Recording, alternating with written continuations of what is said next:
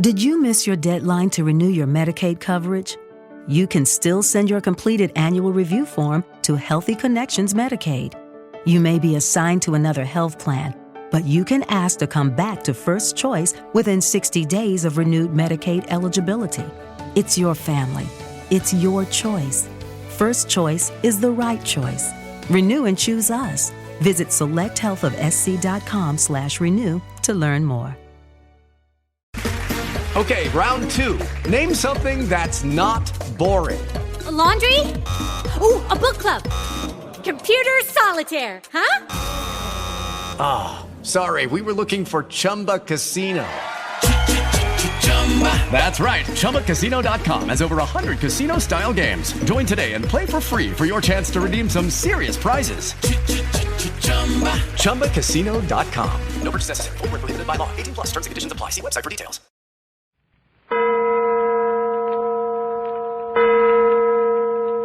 Adventures by Morse. Carlton E. Morse presents The Cobra King Strikes Back, featuring Captain Friday. If you like high adventure, come with me. If you like the stealth of intrigue, come with me. If you like blood and thunder, come with me. Tonight, we are plunging toward the land of the Cobra King, toward Cambodia, which is in the jungle country of French Indochina. Cambodia, the land of the mysterious ancient folk, the land now under the sway of the cobra and the wild elephant and the tiger, the land of Oriental myth and Oriental wonder, a land to the east. To reach it from San Francisco, one travels to Hawaii, to Hong Kong, to Saigon, which is the capital of Indochina, and then through the jungles northward. This is where the Carter expedition is headed. And right now is a good time for you to meet Dr. Carter, archaeologist, scientist, explorer. Dr. Carter. At the moment, my party and I are aboard the steamship Westphalia between Hawaii and Hong Kong. The object of this expedition into the wilds of Cambodia will be explained shortly. But right now, I want you to know the other members of my party. First, you must meet my daughter, Celia. She's especially trained by me to be a historian of this expedition. Celia, please. Daughter, secretary, historian. That's quite an order for one girl to fulfill on one expedition. Oh, it's all right to be flippant, my dear, but just remember, there's bitter intrigue and danger connected with this expedition. I love danger. I eat it up. Well, that's my daughter, Celia. The second member of my party, you must know, is Professor Ernst Lebrun, medical advisor and scientific technician. Professor Lebrun, my friend. Oui, Dr. Carter. I was just remarking that I feel I've added greatly to our expedition's chances of success by persuading you to become a member of my party. If I did not have confidence in your abilities to lead such an expedition to a successful conclusion, I doubt if you would have persuaded me. A mutual admiration society, huh? Mademoiselle Celia, your father is a wonderful man, and I don't doubt he'll bring this whole business off with flying colors. Well, you've more confidence than I have, then. And now, where's Perry Mills? Here, Doctor. Oh, so you are. Now, Perry, besides being an admirable young man, is business manager and assistant collector for the trip. I hope and pray, young man, you didn't leave any of our paraphernalia on the dock back at San Francisco. I certainly hope and pray so myself. I've checked and double-checked. And triple-checked. Honestly, Father, Perry's done nothing since we left San Francisco but rummage around among our effects down in the hold of the ship. Well, I got to face your father when we unload at Saigon, and I want to face him with everything in order and ready to start for our expedition into the back country. And now the last member of our party, Taquan. Well, you let him go to his stateroom, Father. Oh, well, that's right, I did. What's the matter, seasick? Mm-hmm. Squeamish. Queer fish. Oh, a brilliant scholar, ag-ridden by the superstitions of his people, but brilliant. Well, all Chinese are superstitious, aren't they? My dear, Taquan is not Chinese. Well, Oriental. Yes, Oriental. Taquan, Celia, is a pure descendant of the ancient Khmers, a dead race. And it's from this vanished people that the last member of our party's descended. You'll hear more of Taquan. But unknown to Dr. Carter and his group, there is a second party aboard the Westphalia, steaming westward under the great golden moon. The mission of this latter group is a carefully guarded secret, a dangerous secret. Heading it is Captain Bart Friday. Accompanying him is his fellow operative, Skip Turner, and his secretary, Patricia Young. And then there's a fourth member of the party, a figure of mystery, a prisoner. 2 expeditions, and at the moment, each unaware of the other's presence on the ship. Each unaware that it has friends in the other party. And now darkness has settled on the vessel, throbbing under its pounding propeller. The moon is riding high, is gigantic, is golden. And on the main deck, Perry Mills and Celia Carter are leaning against the rail. Oh, a lovely, lovely moon on the water. First trip at sea, Celia? Oh, yes. Imagine me going way off to such a wilderness as Cambodia. Clear around the world from San Francisco. Ah, lucky girl, all right. You know, I feel rather lucky myself to be Dr. Carter's assistant archaeologist. Dad's a dear. Well, thank you, my dear. Hey, where did you pop from, Father? Evening, Dr. Carter. Evening, Perry. Celia, Professor LeBrun will join us in a moment. Then we'll go into the main salon for a short conference. Bring your shorthand book. Yes, Dad. Hey, where's Taquan? Still in his stateroom. He's having a bad time with his seasickness. Wish to retire. You say he's Oriental, but not Chinese. That's right. Taquan is a pure descendant of the ancient Khmers, that race that built such marvels as the Angkor Wat. Angkor Wat, which means Temple of Angkor. That's a good literal translation, Perry.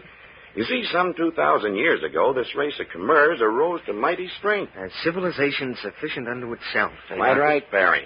The kingdom grew until it must have held some 30 million souls. They built great wats, or temples. They had trained armies and a remarkable background, both historical and mythological. In fact, they had everything that should have made them a lasting nation. And yet 30 million people vanished from the face of the earth. That's exactly the word, vanished.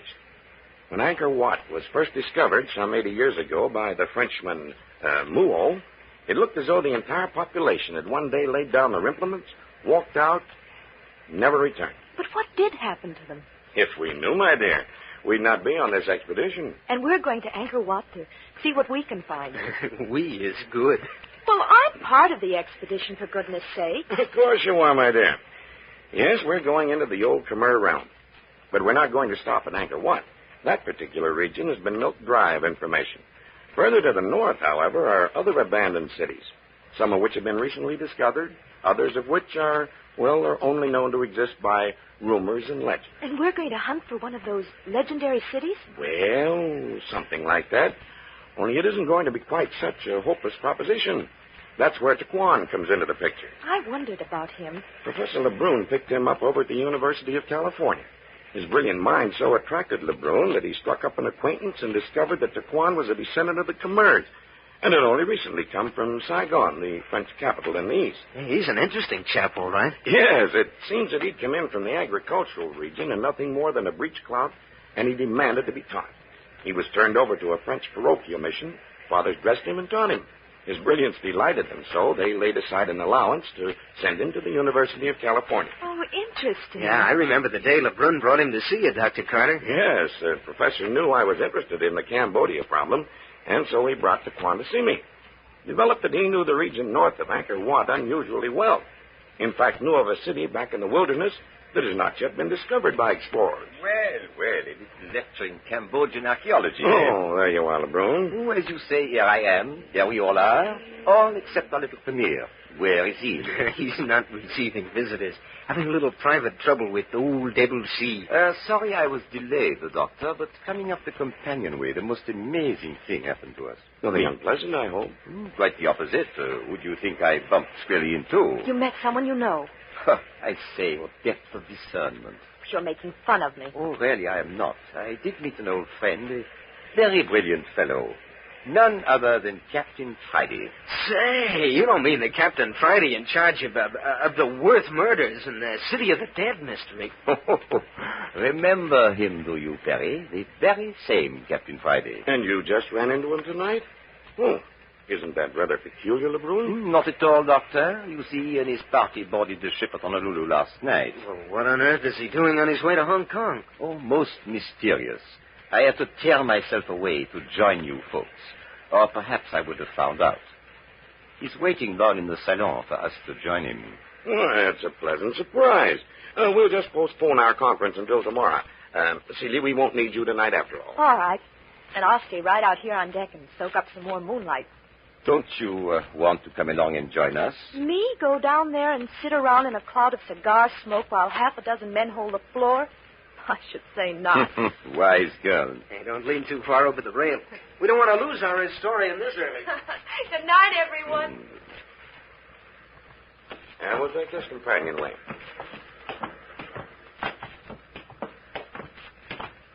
Captain Friday said the main salon. Ah, oui. Here we are. Oh, go ahead, Dr. Carter. Oh, so you brought them down. Well, this is a great meeting. Skip Turner, you here too. Howdy, Professor LeBrun. Sure, I'm here. Playing guard of honor for Captain Friday and his secretary, Patricia. But I say, Captain, who's running your agency back in San Francisco, eh? Oh, I rather think it'll get along somehow for a while without skipping me. Dr. Carter, this is Captain Bart Friday. My pleasure, Captain. And this is Mr. Skip Turner, Captain Friday's right-hand man. Glad to know you. Captain Friday, this is Perry Mills, Dr. Carter's assistant. How do you do, Mills? And Skip Turner. Say, this is great. Well, sit down, gentlemen. Draw up some chairs. Here's cigars. There now. Captain, if it isn't a state secret, what on earth are you and Skip doing here so far off your beats? Well, Professor, as a matter of fact, it comes very nearly being just that. State secrets. Well, you don't say.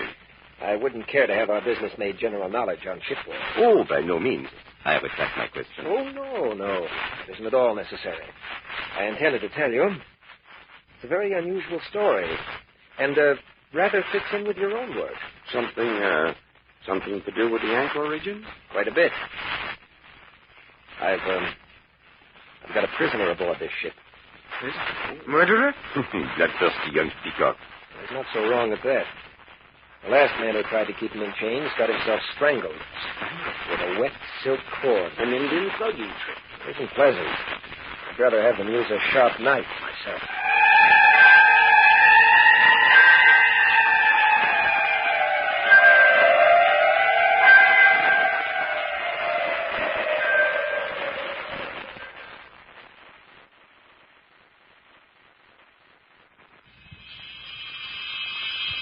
On board the Trans-Pacific liner Westphalia, two groups of people have met.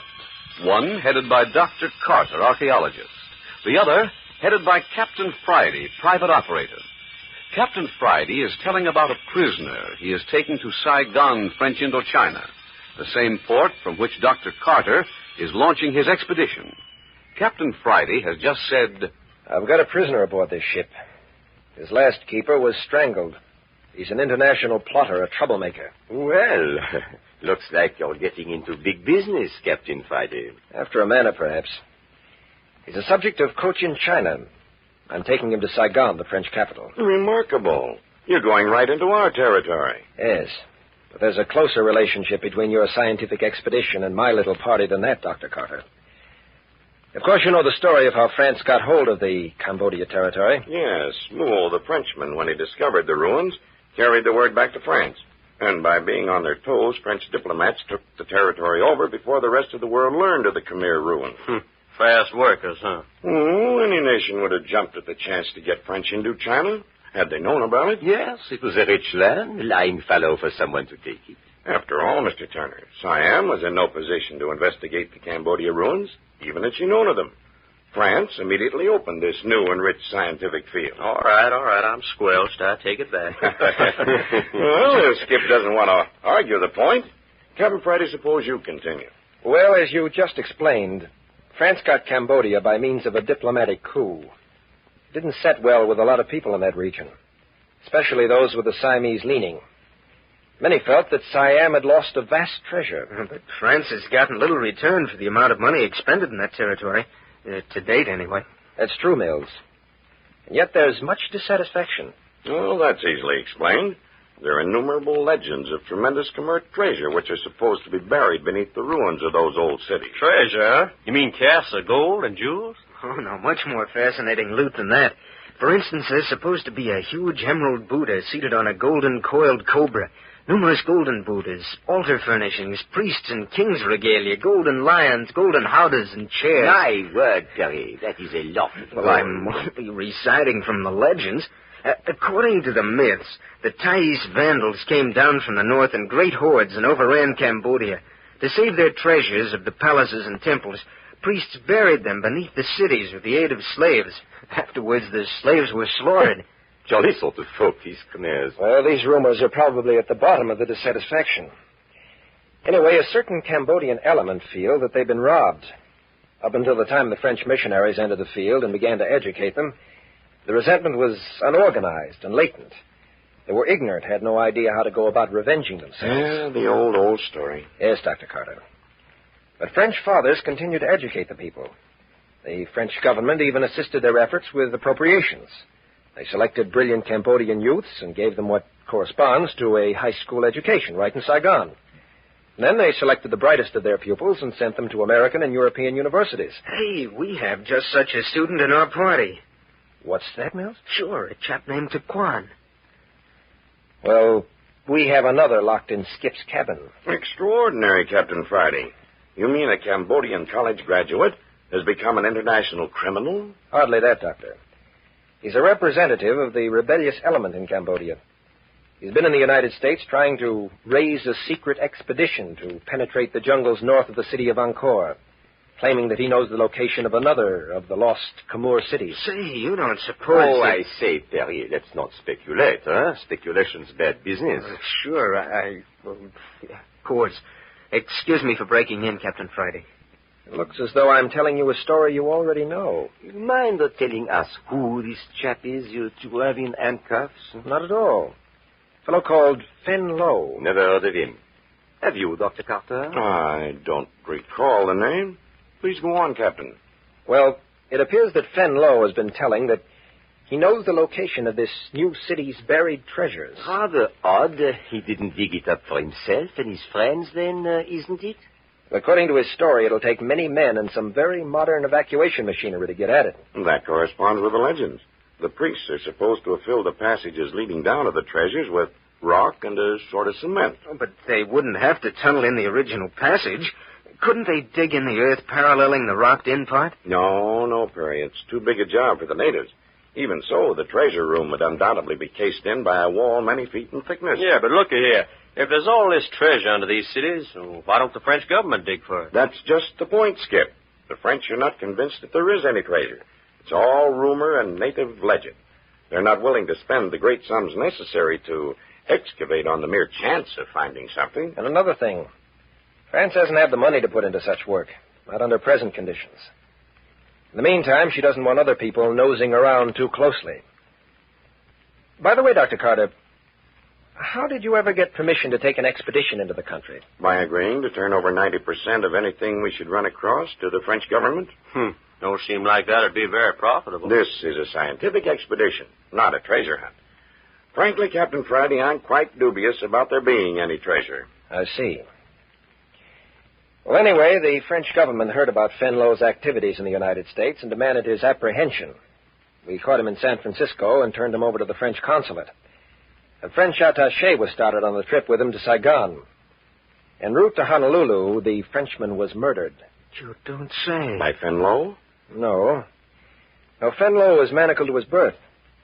The attaché was killed on the aft deck, strangled with a cord. Aha, the worthy Fen Lo had friends aboard.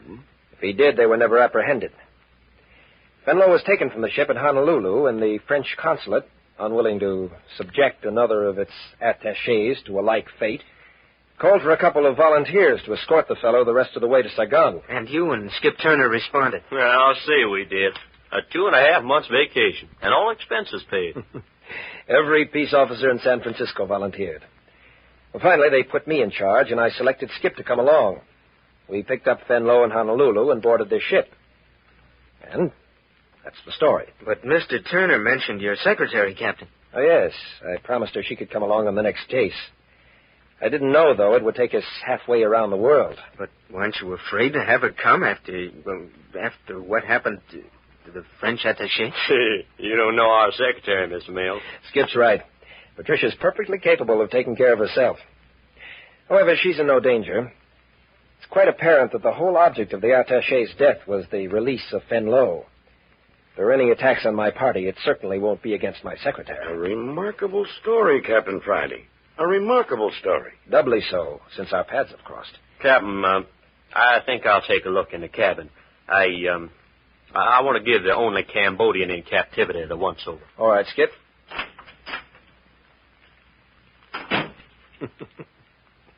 Skip's as nervous as a cat. He believes there's something mysterious about our Oriental. All Orientals or just Fenlo? Well, Skip Turner's philosophy says that an Oriental at your back is a dangerous Oriental. Oh, the death of the French attaché probably has a good deal to do with his uneasiness. Very likely, Professor. Fenlo has been in a sort of cold rage since we picked him up in Honolulu. Prophesies innumerable deaths to pay for the outrage to his person.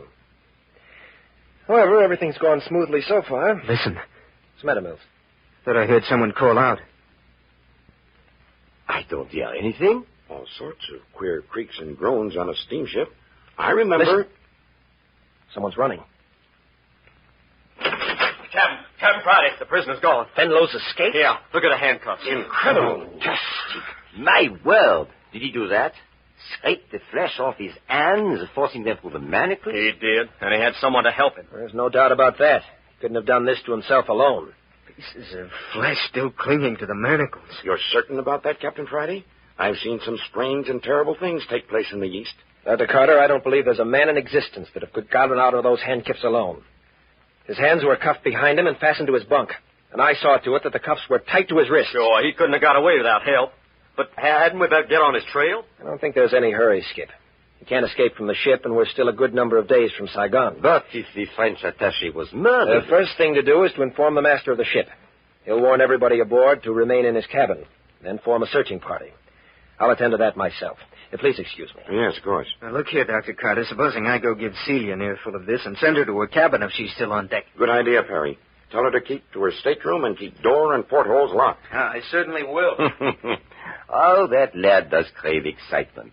Up to now, the party's been just fish and beans to Perry. But now, things are looking up a bit. A mighty fine youngster. Oh, but that's Look here, man. I just happened to think of Captain Friday's secretary. Patricia ought to be warned. Oh, by all means. Don't hang back on our account. We'll survive somehow. Yeah, I don't know whether you will or not if you get in the road of that there Fenlo guy. Oh, I see, Dr. Carter. Yes, LeBrun? Now that we're alone, what odds would you give that our own little Khmer playmate, Taquan, hasn't got a finger in Penlo's pie? Be careful, LeBrun. Uh-huh. Right the first guess. I'm afraid so. The chances are that Taquan and Fenlo are close friends.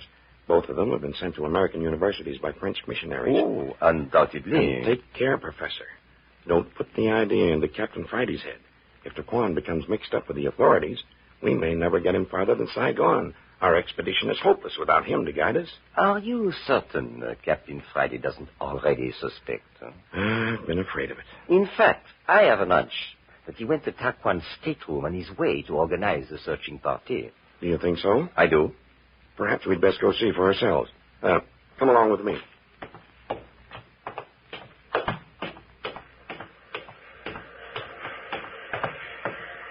If he is guilty, I hope he had sense enough to get back in his cabin after his escapade. And I hope our suspicions are wrong. And still the ship plows on. Taquan's cabin's this way. Righto. Well, anyway, the moon is still grinning down at us. Doctor, quick, we've got to do something. Oh, I see. You don't understand. Celia's gone. My daughter's gone? Yes, she's gone. I can't find her anywhere. Come, old chap, you look ghastly. I feel ghastly. Oh, look here. Why should you? Why should I? Didn't you hear me say that Celia's disappeared? That maniac Khmer loose and roaming the deck? Suppose he's found her. But, why do you want to suppose that? But the fellow's loose and Celia's gone. Come on, both of you. We'll get the captain. Just a moment, Dr. Carter.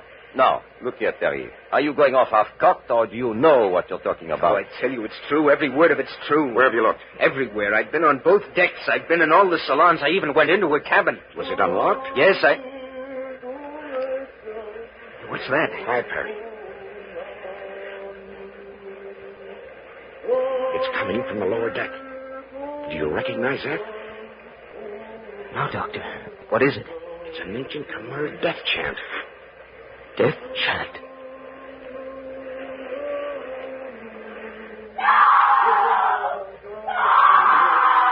There. What did I tell you? Better move on. It's Celia.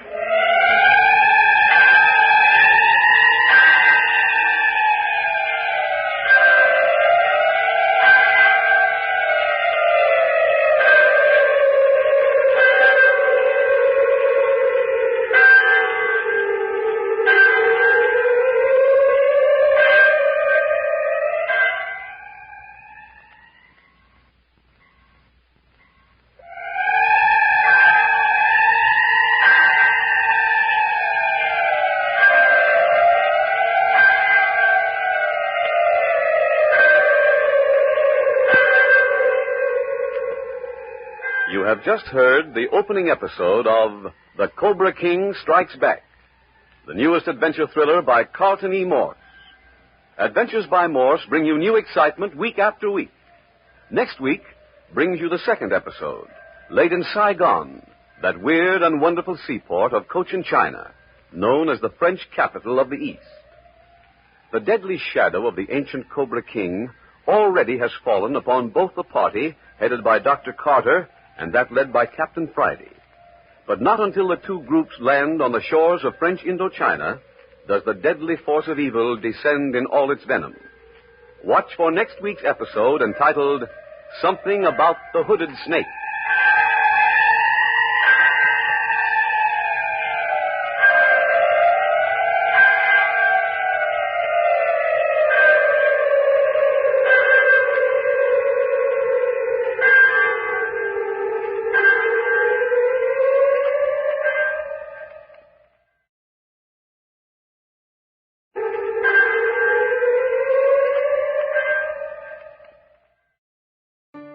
Did you miss your deadline to renew your Medicaid coverage? You can still send your completed annual review form to Healthy Connections Medicaid. You may be assigned to another health plan, but you can ask to come back to First Choice within 60 days of renewed Medicaid eligibility. It's your family. It's your choice. First Choice is the right choice. Renew and choose us. Visit selecthealthofsc.com/renew to learn more. With the Lucky Land Slots, you can get lucky just about anywhere. This is your captain speaking. We've got clear runway and the weather's fine, but we're just going to circle up here a while and get lucky. No, nothing like that. It's just these cash prizes add up quick. So I suggest you sit back, keep your tray table upright, and start getting lucky. Play for free at LuckyLandSlots.com. Are you feeling lucky? No purchase necessary. Void where prohibited by law. 18+ terms and conditions apply. See website for details.